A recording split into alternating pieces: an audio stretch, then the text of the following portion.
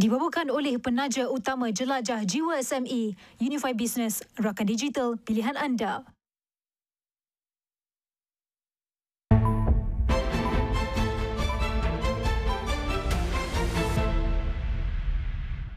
Assalamualaikum dan salam sejahtera. Anda bersama saya Nabilah Khalida dan ini Niagawani.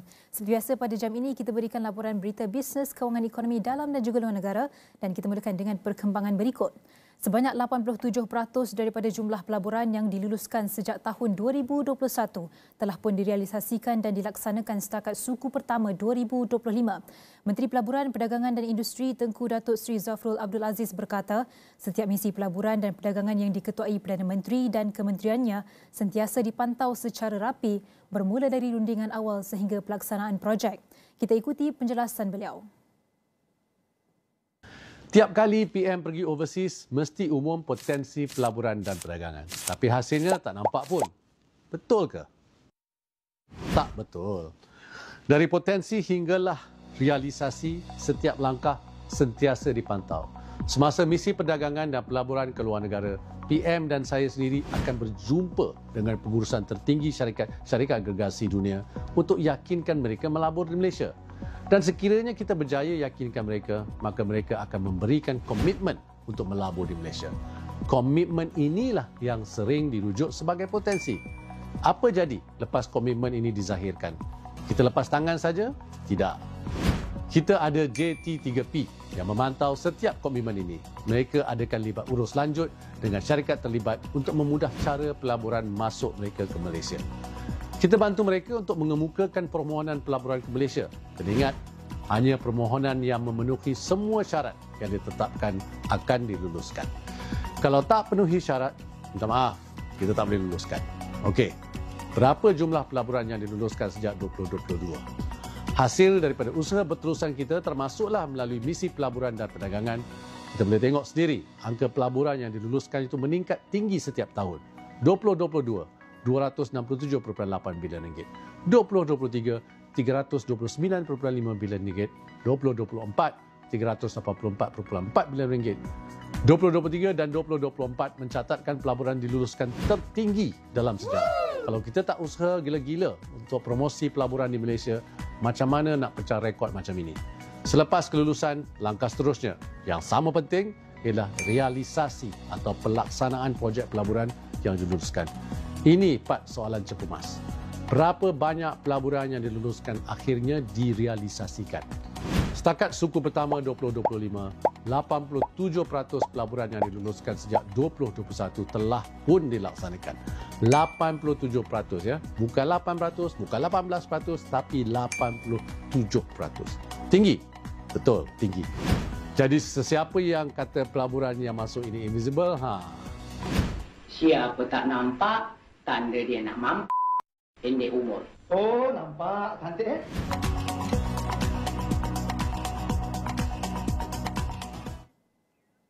As Malaysia accelerates its journey into the 5G era, the question on everyone's mind is what does this next generation connectivity truly mean for consumers, businesses and industry alike? So today we speak with Munif Kamaruddin, the Chief Executive Officer of EdgePoint Towers, to explore how 5G is reshaping the digital landscape, the sectors poised to benefit most, and the infrastructure innovations driving this transformation, all while keeping sustainability in focus. Good morning, Cik Munif. How are you? Selamat pagi. Selamat pagi. Thanks for the invitation. Thank you for coming all the way to our studio. Perhaps we could start by opening this discussion on what should customers expect from the continued rollout of 5G that was introduced by the government, and what are the factors that will actually drive higher adoption of 5G services among businesses and also consumers. Will it be better coverage and quality, perhaps? Yeah, so I think first and foremost, we'll start off by understanding what are the characteristics of 5G.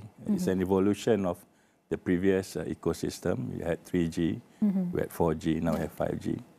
But what 5G main characteristics are, of course, it's faster speed. Number two, it has this thing called ultra-low latency, or for the commonly known as lagging effect, right? And the third part is its ability to basically handle a lot of machines and the capacity to handle as such, and also network slicing. So from a consumer perspective, of course, you'll enjoy faster speed. For those who are always on the move, everyone wants everything to be done fast. You get to enjoy much faster speed compared to the earlier systems. For enterprises, and this is where the real benefits of 5G really comes in, because of the characteristics of ultra low latency, it's able to handle mission critical application.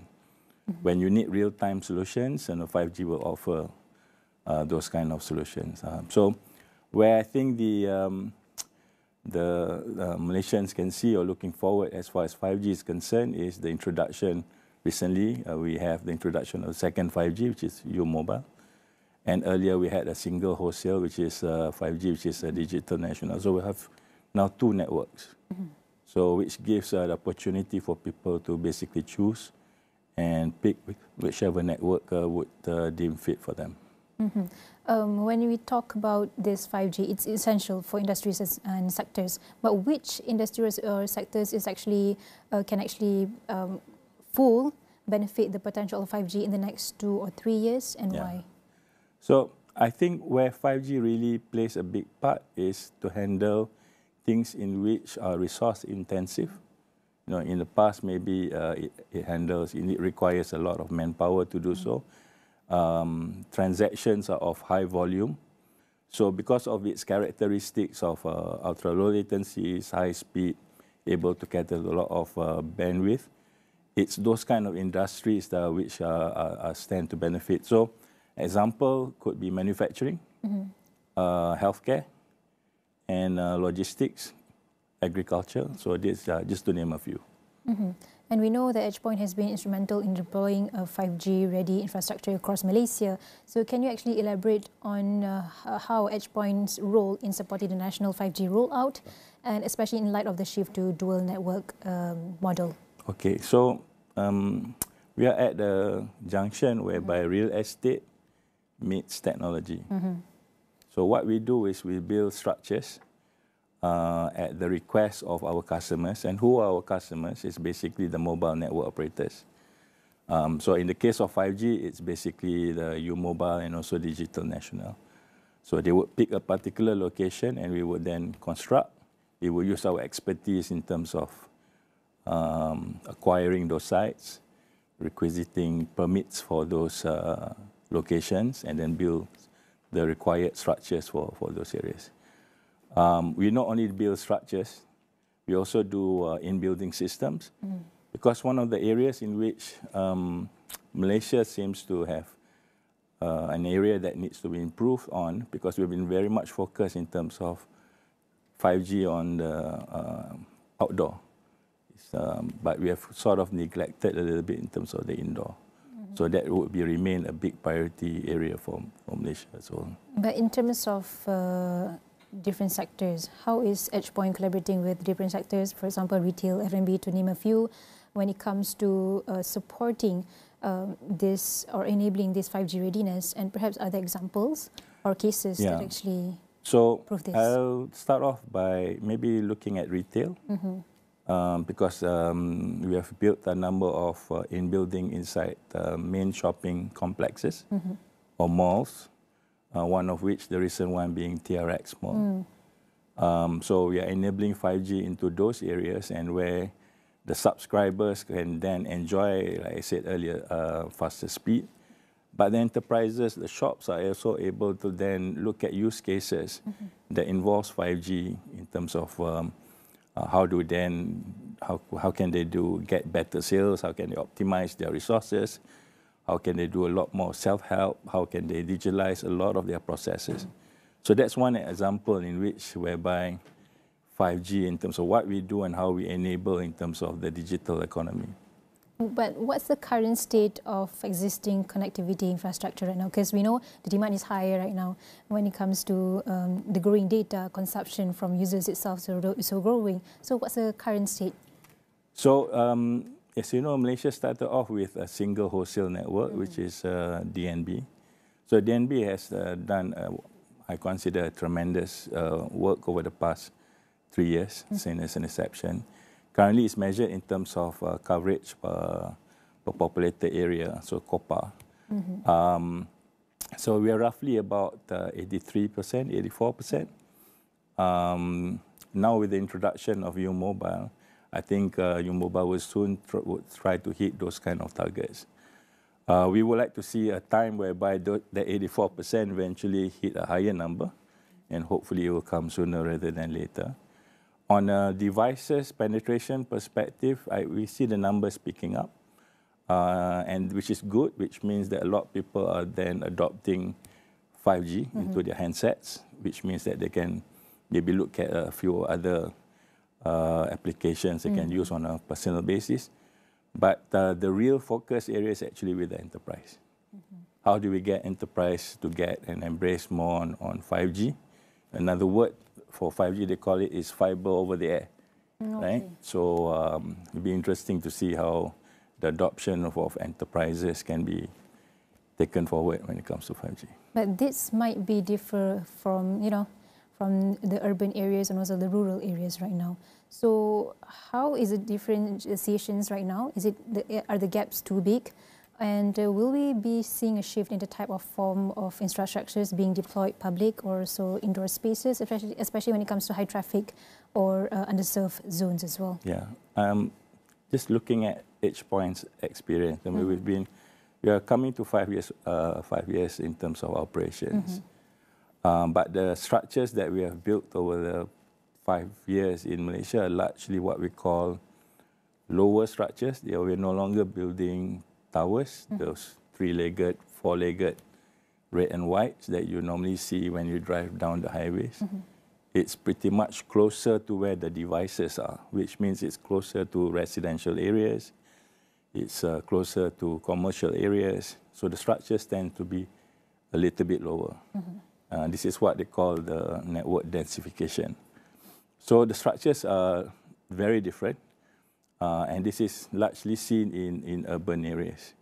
But for the rural areas, you can still see those red and whites because it's quite cost prohibitive to deploy many sites in the rural areas. So it's best to put it in a very high places so that it can cover a wider area. Another big differentiation for the state of the land or the status of the land is that for rural areas, I think the challenges are with the terrain, lacking of basic infrastructure, power is also an issue. So we have to work around those kind of constraints. We have to consider different kind of energy. We may not be able to connect it to the grid. We may have to do solar hybrid, those kind of conditions. And another challenge when it comes to rural areas is the backhaul. So these are the big pipes that connect the various sites back to the main traffic areas. And that's where we see satellites complementing ground-based structures in order to provide those kind of backhauls. Are there any difference by building towers and also the lower density infrastructure? Well, when it comes to connectivity? It's pretty much the same. I think the big difference, I guess, is the coverage area. For those in urban areas, it requires the coverage needs to be more dense because people are using more smartphones. Okay. The rural areas that maybe they don't have that many smartphones, but the challenge there is just to provide coverage as far as them being able to make calls or the simple data sessions. Another concern is where sustainability is a growing concern in telecom infrastructure.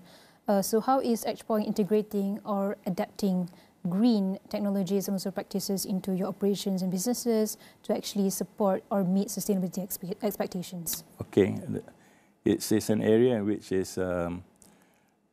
are passionate about this particular area. So I'm pleased to say earlier this year, we have turned on our first commercial solar hybrid with one of the mobile network operators who has been running those sites on gensets 24/7. So by us being able to convert that, we have taken out one genset out from the network, So we want to do more of those kind of initiative to help to reduce the consumption of fossil fuels and whatever else. Another thing that we have adopted at each point is for security, those sites are normally padlocked, right? Ada kunci lah. And what we have done is we have adopted a smart padlock, but it's running on Bluetooth. Okay. So as a result, our business partners who are helping us to maintain the site, or even our personnel, they no longer need to travel miles away to collect the keys and travel back to the site. Yes. So they can just operate and have access to the site electronically through your phones, right? So that's also an indirect way to actually be environmentally conscious as well.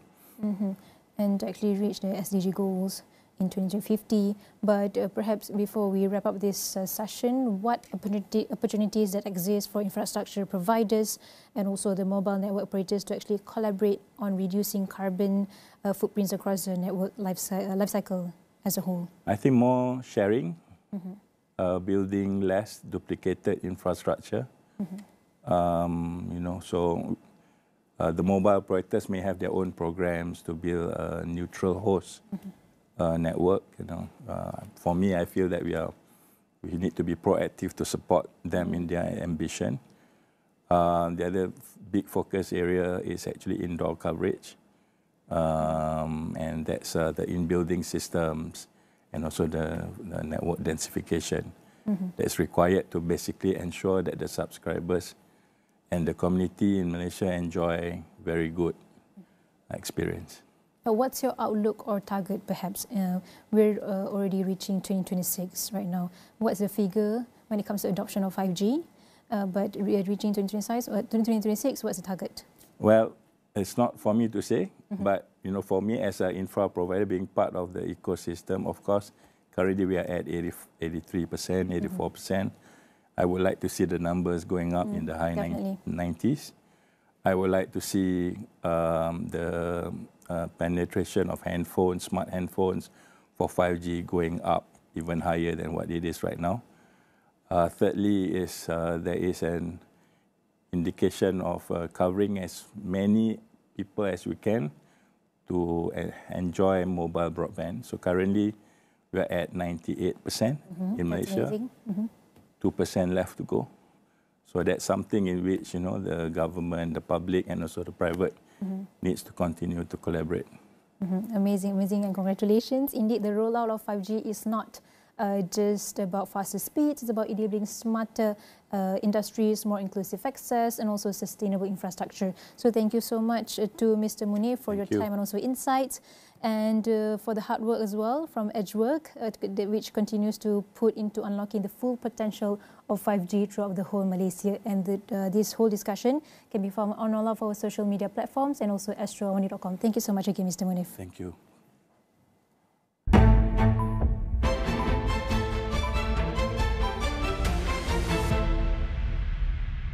Assalamualaikum. Ada order Grab ke?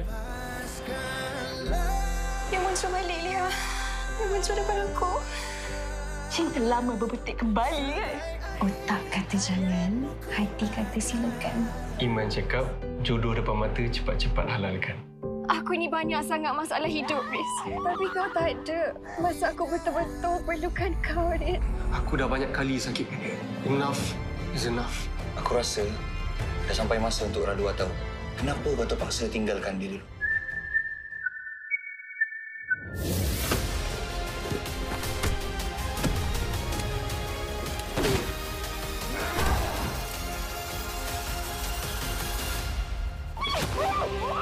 Calm down. Calm down apa? Aku bunuh kau tengok. Tariq Rizwan, His Treasure, mulai 23 Julai, 9 malam di Astro Ria dan Astro Go. Asia tumpuan utama dunia.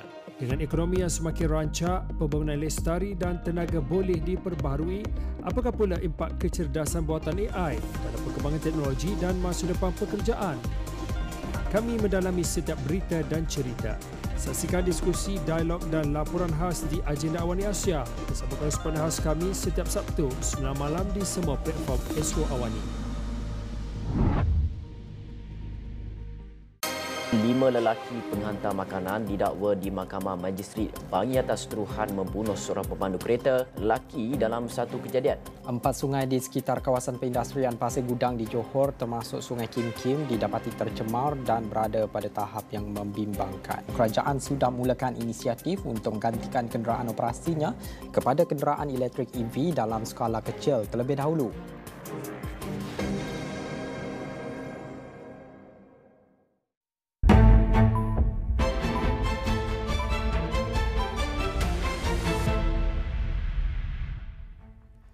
Ketika dunia semakin pantas beralih kepada kenderaan elektrik EV, Malaysia turut berada di persimpangan penting untuk menentukan hala tuju industri ini. Dengan RMK13 bakal digariskan tidak lama lagi, persoalan utama ialah apakah strategi dan pelan tindakan yang perlu dirangka agar pembangunan EV benar-benar menyeluruh dan mampan. Kita bersama Hezri Samsuri, penganalisis industri automotif untuk meneliti masa depan EV Malaysia dari sudut dasar teknologi, infrastruktur dan tenaga kerja. Selamat pagi Hezri. Selamat pagi. Okey, mungkin boleh kita mulakan dengan kalau boleh kongsikan apa indikator utama yang perlu digariskan dalam RMK13 bagi memastikan pembangunan industri EV ini betul-betul berlaku secara menyeluruh daripada pengeluaran infrastruktur sampailah penggunaan meluas dalam tempoh 5 tahun akan datang. Silakan. Okey, pada pendapat saya antara indikator utama yang perlu kita gariskan ialah kadar penggunaan EV itu sendiri. Ini bermakna penjualan EV secara dalam pasaran domestik perlu dikekalkan kadar penjualannya itu. Maknanya ia sepatutnya lebih meningkat. Dan ada pelbagai cara untuk memastikan ini berlaku. Antaranya ialah dengan meneruskan lagi insentif yang ada. Tetapi dalam masa yang sama juga kita kena belajar dari apa yang kita telah lakukan selama ini. Kerana Malaysia ni sebenarnya kalau daripada segi industri otomotif, kita antara pelopor pertama lah, antara negara pelopor di rantau ini, tetapi kita boleh nampak sendiri yang kita dah ketinggalan daripada segi industri itu sendiri. Kita lebih banyak bertumpu kepada jualan tempatan tanpa memikirkan akan kadar ekspor negara, baik daripada segi komponen ataupun daripada kenderaan itu sendiri. So bila EV ni, kalau kita nak tingkatkan lagi penjualan EV dalam pasaran domestik, kita juga kena pastikan apa yang kita boleh provide kepada industri ini. Bukan setakat untuk kegunaan tempatan tetapi untuk ekspor. Yang itu tu yang saya rasa kita perlu tingkatkan. Tetapi indikator utama ialah penggunaan EV perlu meningkat. Dan bila kita cerita pasal penggunaan EV hendak meningkat, ia juga bermakna bahawa peningkatan daripada segi infrastruktur juga perlu diperbaiki lagi lah. Tapi bila cakap peningkatan EV sekarang ni, kita nak memperkenalkan juga, kerajaan memperkenalkan subsidi RON 95 dan sebagainya. Adakah ini akan melonjakkan lagi peningkatan EV? Tapi kalau kita lihat dalam konteks kebangkitan industri EV global, apa kekangan utama yang menyebabkan kemajuan teknologi EV tempatan ini masih perlahan? Adakah ia berpunca daripada pelaburan ataupun dari segi dasar insentif ataupun dari segi kekurangan penyelarasan antara agensi itu sendiri? Hezri. Dia memang merangkumi pelbagai jenis permasalahan sebenarnya. Kita sendiri boleh lihat dalam industri otomotif global, banyak pemain-pemain industri yang telah scale back. Bermakna mereka dah tak jadi untuk menghasilkan EV sahaja. Mereka ubah perancangan mereka untuk kekalkan enjin-enjin petrol ataupun hybrid contohnya. Ya, kalau dulu Porsche, Volkswagen kata mereka Volvo akan hanya hasilkan EV saja. Sekarang dah scale back, sekarang dia dah tarik balik. Dia dah ghostan balik. Sebab dia boleh nampak penjualan EV tidak sehebat seperti apa yang dijangkakan. Antaranya ialah perbezaan yang paling utama antara kenderaan EV dan kenderaan-kenderaan berenjin. Dia ada perbezaan daripada segi penggunaan. Cara pemanduan apa semua tu mungkin lebih kurang sama. Tetapi yang berbeza ialah cara bagaimana kita hendak mengecas dia tu. So, pada pendapat saya, walaupun pendapat ini tidak popular, tapi saya rasa itulah antara masalah utama dengan EV. Dia tidak begitu praktikal lagi. Walaupun kita ada charging station yang banyak apa semua, Tetapi cara kita untuk cas kereta elektrik itu tetap jauh berbeza daripada cara kita nak isi minyak. Yang ini memang sangat ketara sebab ia akan mengambil masa yang lama dan juga kompleks di mana jenis bateri, penjagaan bateri bergantung kepada jenis bateri itu sendiri dan kemudian untuk mengecas kita ada perbezaan antara pengecas yang terbina di dalam kenderaan ataupun onboard charger kenderaan itu sendiri kena padan dengan bateri dan kena padan dengan pengecas di luar pula. So dia lebih kompleks. Untuk isi minyak senang, kita ada beberapa jenis minyak, ambil corong, cocok isi. Untuk EV, dia berbelit sedikit. Sampaikan saya sendiri pun tak faham di Malaysia, kebanyakan pengecas EV awam, kita perlu menggunakan aplikasi dalam telefon. Kenapa kita tak boleh guna kad saja ke apa ke? Sepatutnya lebih memudahkan, tapi pengecasan sekarang ini nampaknya macam it's going backwards in terms of practicality. And saya rasa teknologi bateri dan teknologi pengecasan perlu lebih baik kalau mereka betul-betul hendak menggantikan kenderaan berenjin lah. Itu satu masalah yang saya nampak. So, untuk Malaysia, pada pendapat saya, jualan EV di dalam negara kita ni nampaknya menunjukkan peningkatan yang sangat baik. Dan persediaan daripada segi infrastruktur pun nampaknya macam okey. Dia ada industri otomotif ni, dia lihat bahawa ada satu nisbah yang diperlukan. Nisbah antara jumlah pengecas dengan jumlah jualan kenderaan EV. So, antara kajian yang diorang lakukan ialah 1:8. Maknanya 1 pengecas untuk 8 jenis kenderaan. So, untuk sekarang ini, kita boleh nampak bahawa balance itu memang sudah ada. Tetapi peningkatan dalam masa hadapan sebenarnya ditentukan oleh betapa kuatnya pasaran EV tempatan.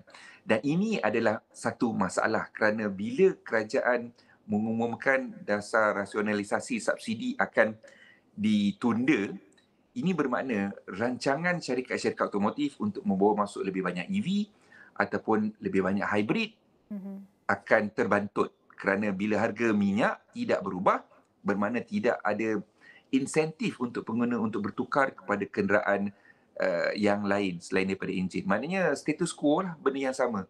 So bila kita ada perubahan perancangan dalam masa yang singkat macam sekarang ni, susah untuk syarikat-syarikat otomotif membuat perancangan masa hadapan. Contohnya macam kita jangkakan penjualan EV atau hybrid akan meningkat sebab harga bahan api akan naik untuk golongan-golongan tertentu, tetapi takkan berlaku. Bila ini terjadi, syarikat-syarikat global dia akan rasa sedikit kecewa dan bila mereka hendak melabur lagi di Malaysia, mereka akan ada rasa was-was. So itu satu benda yang saya nampak dan saya rasa kerajaan patut sediakan satu perancangan dan kekal dengan perancangan itu tanpa berubah dalam tempoh 5 ke 10 tahun. Itu memang sentiasa saya selalu cakapkan, tapi saya pun tak tahu kenapa lah dia orang berubah-ubah ni. Saya nak tanya tentang perancangan yang Ezri sebutkan tadi, memandangkan kita ada RMK13, mungkin apa dasar atau polisi yang perlu diperkenalkan ataupun mungkin apa yang perlu dikekalkan juga dari segi dasar dan polisi itu, dan apa yang boleh kita gariskan dalam RMK13 ni secara khususnya untuk pembangunan industri EV dalam berbahagikan 2 minit. Okey, untuk RMK13 ni sepatutnya memang kita ada perancangan daripada segi penggunaan tenaga lah. Adakah kita nak kekal menggunakan bahan api fosil ataupun kita hendak berubah kepada elektrik ataupun punca kuasa yang lain. Dan ini perancangan ini perlu ditetapkan dari awal lagi dan tidak boleh berubah.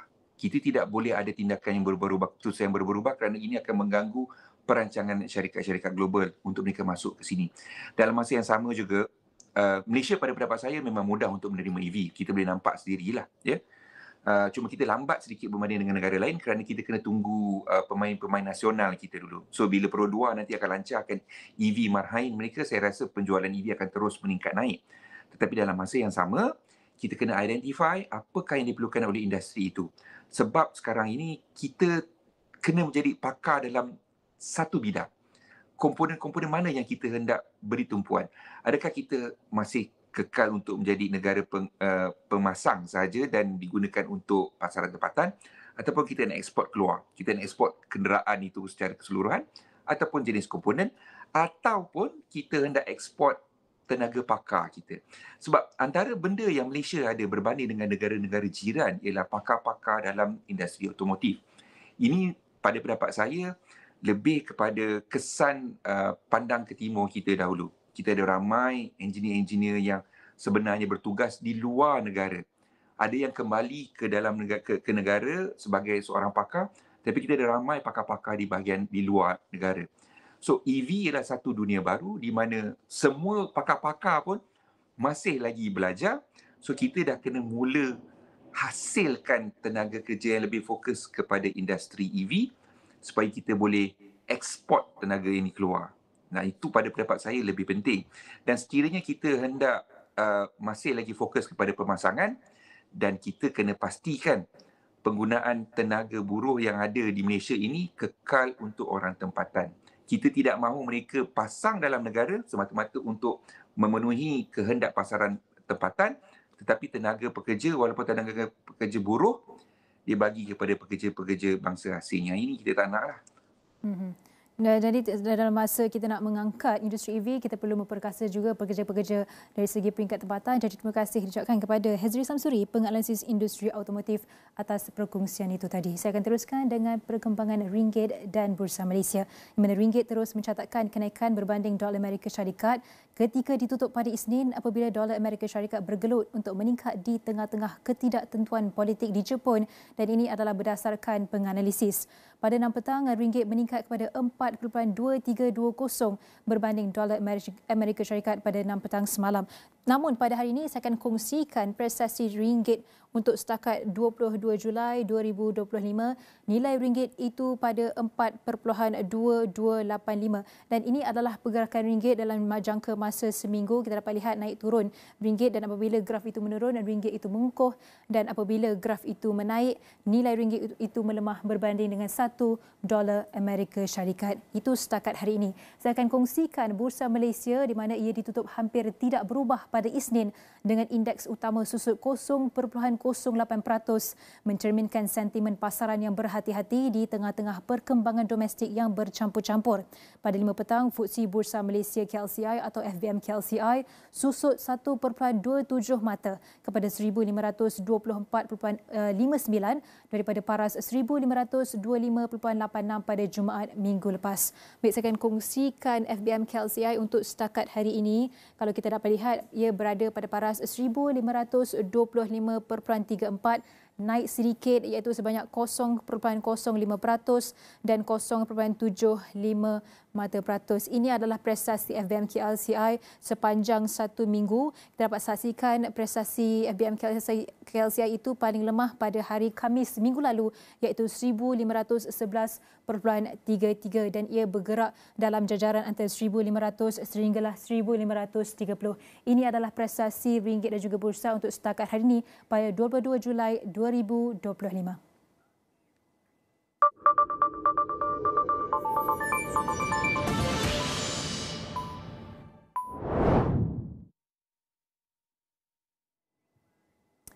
At the same time, Jensen Huang praised China's continuous innovation in the field of AI, highlighting the pioneering efforts of Chinese AI company DeepSeek.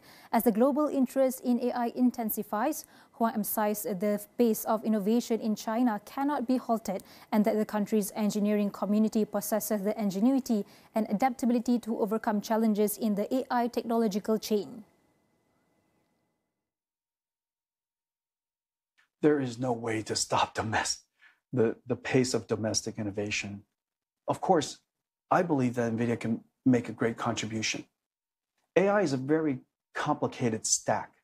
It's a very complicated stack of cake. Underneath are chips, then there are systems, networking technology, AI infrastructure software, AI algorithm, and then the applications and services on top.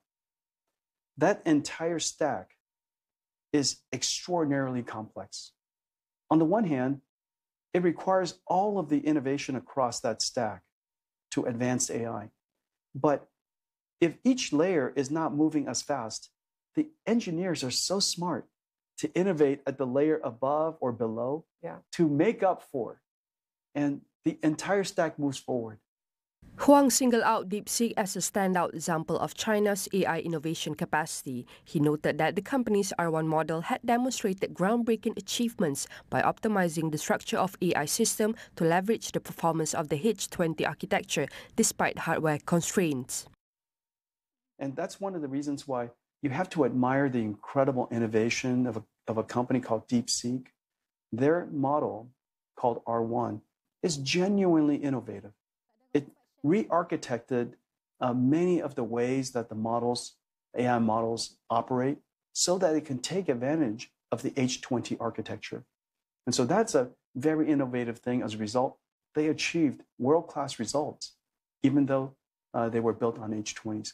And so researchers and developers, they could adjust to each one of the layers. DeepSeek's achievement reflects a broader pattern of independent innovation across China's AI industry, which continues to make strides in both foundational technology and real-world application.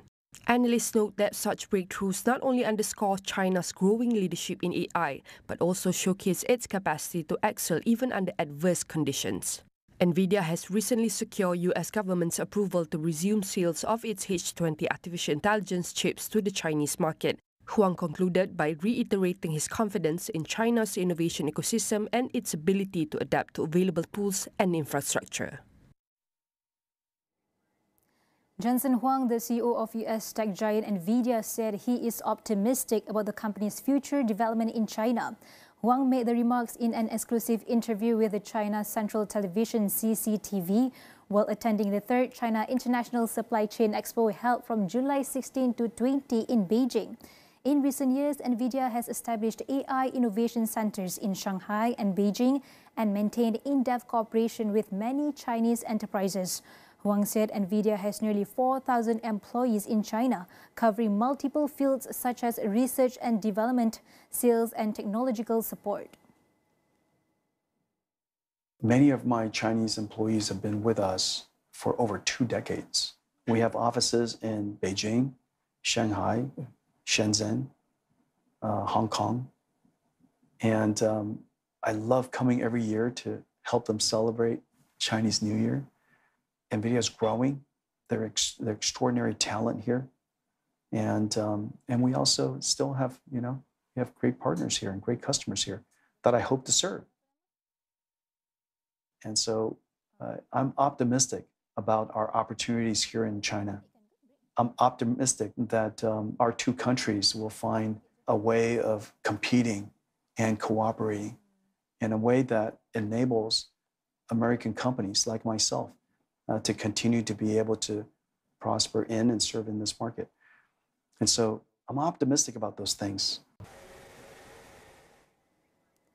The S&P 500 and the Nasdaq notched record high closes on Monday, lifted by Alphabet and other mega caps ahead of several earnings reports this week, while investors bet on potential trade deals to blunt economic damage from the Trump administration's global tariffs. Google parent Alphabet rallied ahead of its quarterly report on Wednesday.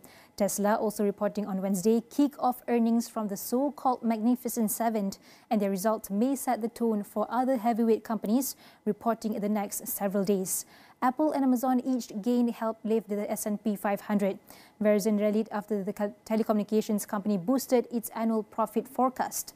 Analysts on average expected S&P 500 companies to report a 6.7% increase in earnings for the second quarter, with big tech driving much of that gain. Stock market today seems to be running on hopes that we get some moderation in tariffs and also that we've had decent earnings. Earnings are coming in okay. We're still very early in second quarter earnings season. Just about 12% of the S&P 500 is reported.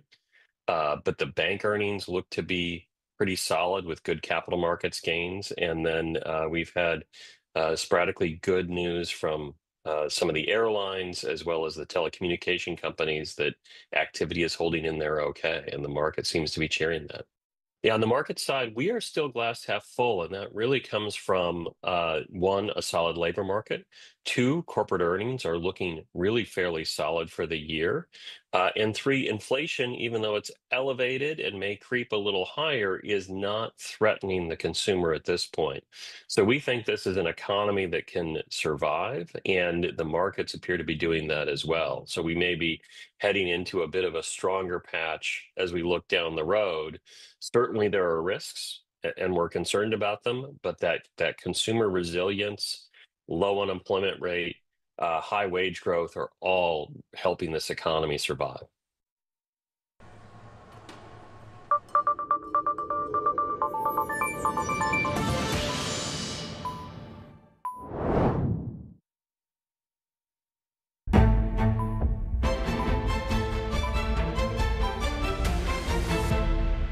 Perusahaan kecil dan sederhana, impian besar. Jiwa SME Astro Awani kembali menjelajah Malaysia. Dari Ipoh ke Kota Kinabalu, dari Melaka ke Lembah Kelang. Sesi pitching, pameran produk dan dialog bersama pemimpin industri serantau. Dapatkan inspirasi, ilmu dan peluang untuk kembangkan perniagaan anda semuanya di bawah satu bumbung. Kerana inilah medan impak sebenar. Jiwa SME menjana impak, inovasi digital. Welcome to the Belgian Grand Prix. Welcome to Spa. And the Belgian Grand Prix is go! Side by side we go into Eau Rouge, and it's a three-car battle. This is why drivers get into motor racing, to go racing at venues like this. Superb move. This is the Belgian Grand Prix. And now we've got a battle for the lead. It's going to come down to the final lap of the race. What a Grand Prix. Are you ready? Ogos ini, jom ke Pavilion Damansara Heights untuk Astro's Home of Kids. Wow, that was fun, wasn't it? Di sinilah semua keajaiban bermula. Tempat di mana keseronokan sekeluarga jadi nyata. Jumpa rakan-rakan kegemaran anda dan menangi pas foto laluan pantas dengan Astro Rewards. Jumpa anda di sana. Astro's Home of Kids di Pavilion Damansara Heights. When the superpowers move, the ground shifts. Power isn't just about might anymore. It's about narratives, networks, negotiation. We go beyond the noise to deliver laser-focused analysis on how power moves and what it means for the world. This is Awani International, reporting the shifts in power affairs shaping the world.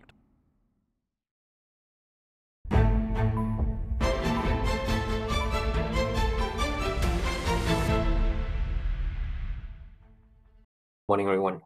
I'll go very quickly on economic development and outlook. So obviously, again, stating the obvious, as mentioned by Shirley just now, trade-related uncertainties remain high when we look at these indices on trade policy uncertainty and world trade uncertainty. Recording in progress. And I think not really surprising because while there were some positives or upsides from the escalation in US-China tensions on trade and tariffs, as well as emerging deals between US and some of the trading partners like UK, Vietnam, Indonesia recently, there's still sort of risk and uncertainties that we need to keep an eye on. Obviously, the main concern is, are we going to see a risk of escalation in trade tension, even tit-for-tat tariff wars, especially between US and trading partners that are unhappy about the tariff that they will be implemented on 1st of August following the letters from the White House. For example, EU, Mexico suddenly is being subjected or facing higher tariffs at 30%. And also there is this sense that Trump is weaponizing tariffs on certain countries or blocks of countries that for whatever reason he's not happy with, like the threat of 10% additional tariff on BRICS, 50% on Brazil, 100% on Russia and trade partners. And there's lingering uncertainties concerning especially product-specific or sector-specific tariffs. We saw the unpredictability in terms of the surprise doubling of tariffs on imported steel and aluminum from 25% to 50%. There's going to be a 50% tariff on copper come 1st August. There's a threat of 100% tariff on pharmaceutical. Initially, implementation timeframe for that was 12 to 18 months, but recent statements seems to suggest that it can come as soon as 1st August. And we are still waiting for a decision with regards to tariff on semiconductor and electronic products, including smartphones. But looking at sort of broad indicators, high frequency indicators on economic impact so far, and here we are really paying attention on the Purchasing Managers Index or PMI data on manufacturing PMI. Globally, we saw like what happened in the run-up to the Trump 1.0 tariff during 2018-2019. There was the front-loading in manufacturing and trade ahead of tariff deadlines. In particular, if you look at the chart on the right-hand side, the US total imports surged during 4th quarter of last year and 1st quarter of this year, but slumped in April and May. And who knows, there might be a rerun of this front-loading before 1st August. So it's going to be kind of choppy until we get clarity with regards to tariffs that countries are going to have to pay to US, and also tariffs on products. With regards to services part of the economy, we see softening, just as what we saw during Trump 1.0. This is not surprising as consumers and businesses obviously turn cautious given the uncertainty with regards to trade and tariffs. But I think the services economy is still expanding. The indices remain above 50 to some extent because of mitigation from, for example, interest rate cuts that are happening globally right now. So that's sort of mitigating the downside. So I think overall, in terms of the combined manufacturing and services PMIs, the composite global PMIs, the net effect is that of the slowing growth. At the same time, I think in terms of growth for the global economy, we are looking at it to go sub 3% this year, 2.7% versus average of, I think, around 3.5% or 2.4% last 3 years. The key drivers are, unsurprisingly, the expectation of moderate growth in US and to some extent China, but as well as the continued relative underperformance of other major economies like those in Europe and Japan. And ASEAN would not be spared from the external headwinds. There will be impact on the growth this year relative to last year. Having said that, I think what is interesting to note is ASEAN seems to be weathering the US reciprocal tariff uncertainties and shocks. In particular, when we look at export numbers, not as bad as feared. Whether you look at it in terms of total exports or exports to major markets and key export products like electronics. And at the same time, I think another factor that's providing ASEAN with means to weather reciprocal US tariff uncertainties is the fact that this year, maybe with the exception of Vietnam, the rest of ASEAN economies have been on the rate cutting or monetary policy easing mode. Of course, yesterday we had another 25 basis point cut by Indonesian Central Bank. Last week we had Bank Negara cutting rates by 25 basis point as well. And I think what's providing regional central banks the means or space to cut interest rate is because of inflation so far has been benign. And at the same time, our currencies has actually strengthened against the US dollar. Again, maybe with a notable exception of Vietnam, where the dong has been coming down, and that explains why Vietnam so far has not joined the interest rate cut bandwagon that's happening across ASEAN at the moment. Obviously, the interest rate cuts will be positive for consumer spending. Obviously, the biggest component of GDP for ASEAN economies. We have seen even up to first quarter of this year, based on GDP numbers, there's resilience in private consumption in Malaysia, Philippines, Indonesia. But looking at the higher frequency numbers like retail sales, we are also seeing improvement in the retail sales for Vietnam as well as Singapore. And I think the story about China Plus One, maybe not over yet. Certainly, if you look at the data over the past 1 year, 1.5 year, there's still this trend of the US importing less from China, but importing more from ASEAN in terms of shares of US total imports. And what is equally interesting is the investment impact from all this reshoring, onshoring, friendshoring and whatnot. The supply chain reconfiguration, the FDI relocation seems to continuing into this year based on the trend in imports of capital goods. And I think in this regards, Malaysia stands out significantly in terms of the surge in its imports of capital goods. I think also maybe people tend to focus too much on absolute tariff numbers, but it's also important to look at relative tariff as well, particularly vis-a-vis China, which I think on the basis of current information, still favorable to ASEAN. And even if we are to look at current tariffs on a weighted average basis, or whether we want to look at it in terms of the likelihood of where our tariff is going to be, based on certain assumptions about whether or not we're going to get continuation of exemptions on some of the key export products, or whether there will be tariffs on specific products. I think generally ASEAN countries, particularly the like of Philippines, Malaysia, Singapore, Indonesia, still hold a considerable advantage over China in terms of tariffs that is being charged by the US. For Malaysia, we are maintaining our forecast of 4.1% growth this year. So that's down 1 full percentage point from last year's average of 5.1%. To note, we have already revised our GDP number twice.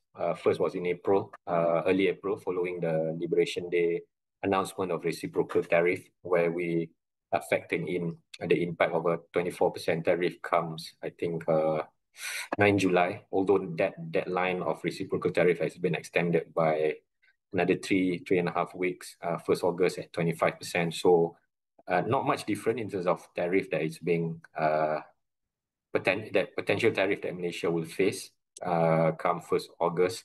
But we also still have some time left to cobble up some sort of negotiation and deal with US to get to a better landing as far as tariff is concerned.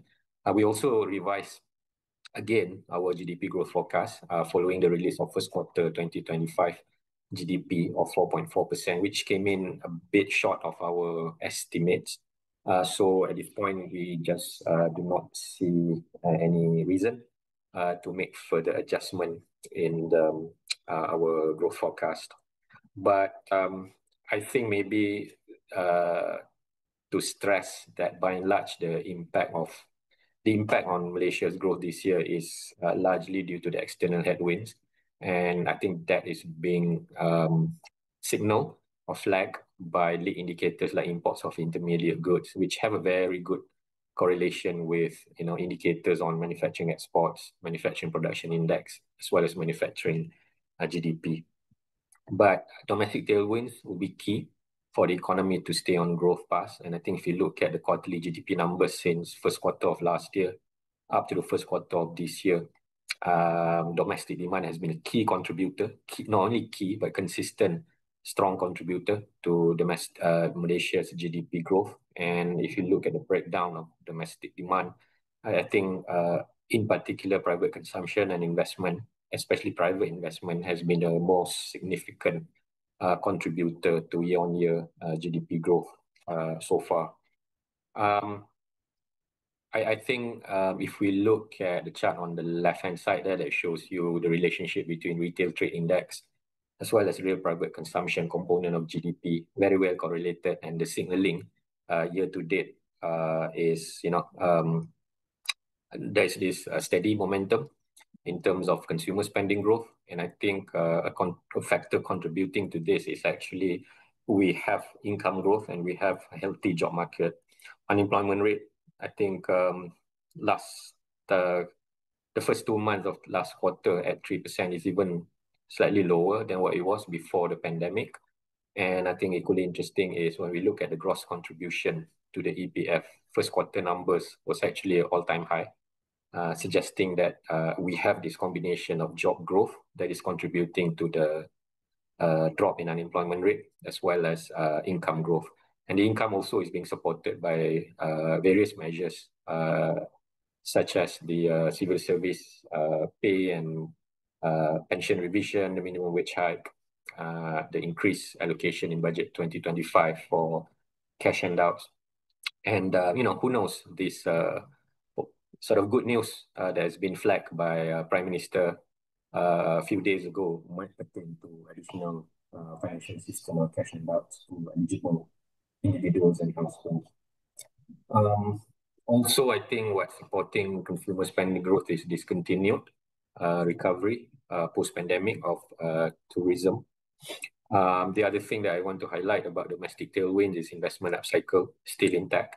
Looking at first quarter numbers in terms of investment approval, still maintaining sort of the momentum, no indication of things coming off. Certainly because of the continued upside, particularly in terms of foreign direct investment. And I think by sectors continue to be dominated by technology, which I guess is inclusive of not just electronics, as in semiconductors, but also data centers and cloud infrastructure. I think this year, additional sort of a support for the momentum in approved investment could be JSSEZ impact. If we look at Johor's first quarter 2025 approved investment, 30 billion, it suggests that, the state government forecast of 60 to 100 billion this year in terms of approved investment is realistic. Overall, I think we're also seeing evidence that approved investment are being realized as per the surge in imports of capital goods and robust growth in the banking system financing for industrial buildings, factories, and land. I guess with regards to policy measures, it's especially to mitigate the impact of Trump tariffs on trade with US, and then we need to look into measures like trade deepening and diversifications. I think in ASEAN, there's scope to deepen intra-ASEAN trade. Currently hovers around 22% of total ASEAN trade, and compare that against the ratios for intra-EU or intra-USMCA at 60% and 49%. We are a bit low. Of course, there's a whole bunch of free trade agreements being negotiated between Malaysia and its key trading partners such as EU, South Korea, and Gulf countries cooperation. And I think we also need to build on the existing multilateral trade agreements and blocks like CP, TPP, RCEP, and BRICS Plus. I think equally interesting, maybe a pitch by us to US in terms of current ongoing negotiation is to address certain issues that has been raised by the US side, and one of it is issues of attempts to circumvent US tariff through transshipment to US via Malaysia. I think MITI has announced back in early May they will now be the sole issuer of all non-preferential certificates of origin and PCOs, basically to end the abuse of this NPCP and Business Council chambers and association that were appointed by MITI previously. And the more recent announcement on Monday was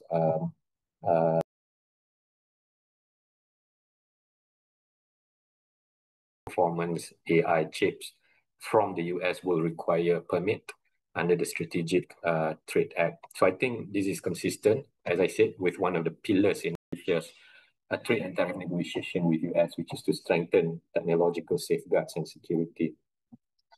Obviously, the other key policy response has been on sort of monetary policy side by Bank Negara. Of course, earlier on May, there was a cut in statutory reserve requirement.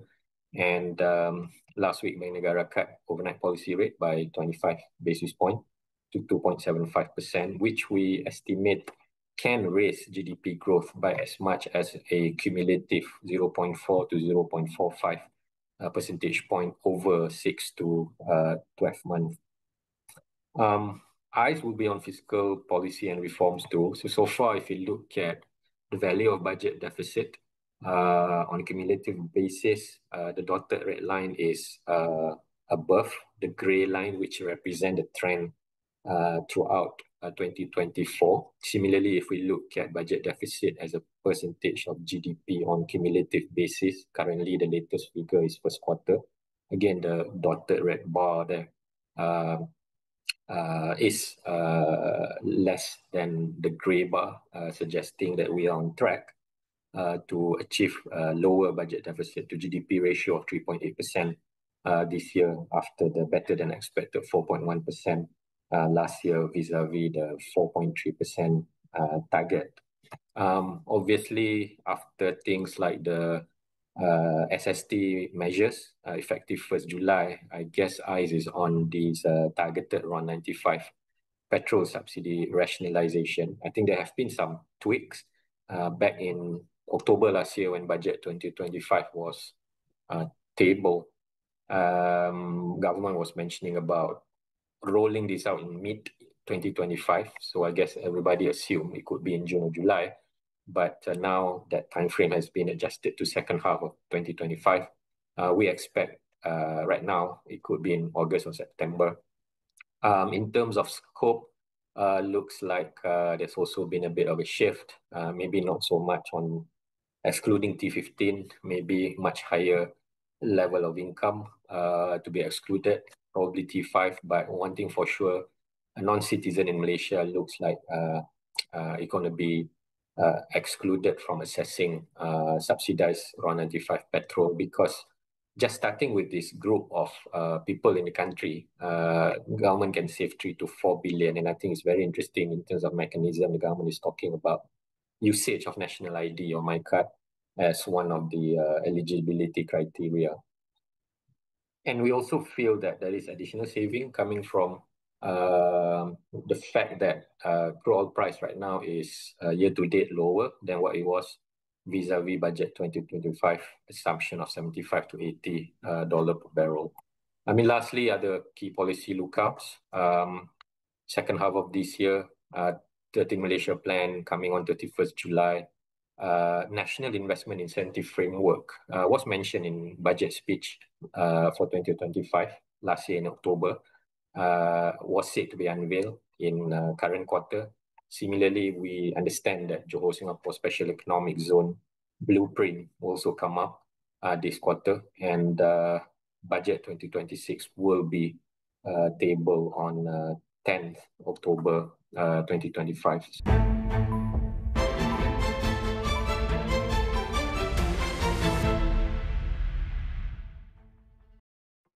Dibawakan oleh penaja utama Jelajah Jiwa SME, Unify Business, rakan digital pilihan anda. Ba, datang kamu orang ke Jelajah Jiwa SME